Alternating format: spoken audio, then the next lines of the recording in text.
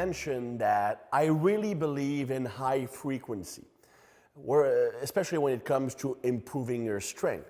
That might be because I come from an Olympic lifting background, which means doing either a snatch variation, a clean variation, pretty much every single workout, and doing a squat and a pull variation also every single workout, using submaximal weight, focusing on maximizing technique, tension, positioning.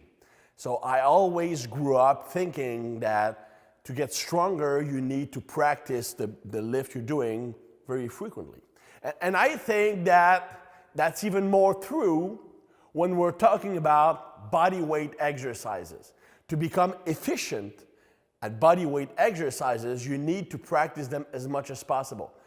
Because body weight exercises have one of the highest neurological demands of all the exercises. Of course, you can do like chin-ups and pull-ups and basically look like a dolphin trying to get out of the water, but that doesn't mean it's done properly.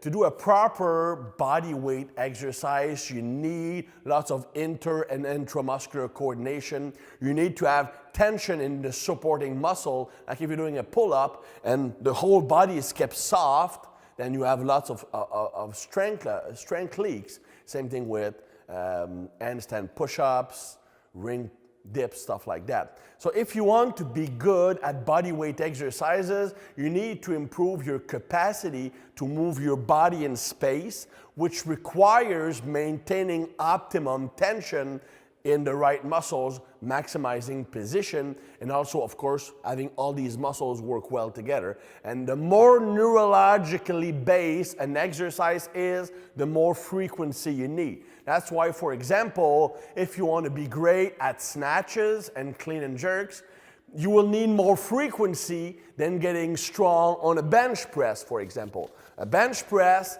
has much less neurological demands than a deadlift. And a deadlift has less neurological demands than a snatch. And a snatch has less neurological demand than a muscle-up, for example.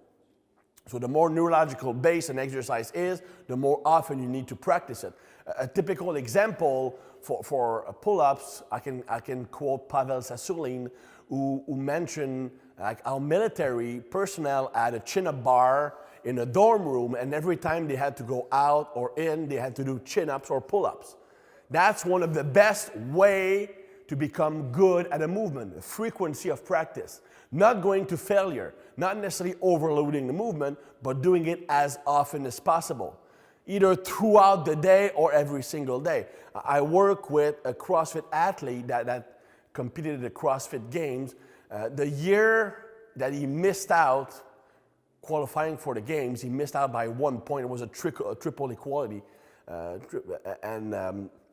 The only reason why he didn't qualify was his weakness was the strict handstand push-up. So he actually hired me at first to fix the handstand push-up and the Olympic lift.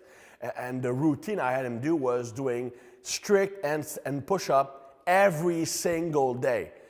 5 days a week he had a target. He did them once a day. Sets and reps were prescribed. And on 2 of these days, he was just trying to get as many strict handstand push-up throughout the day.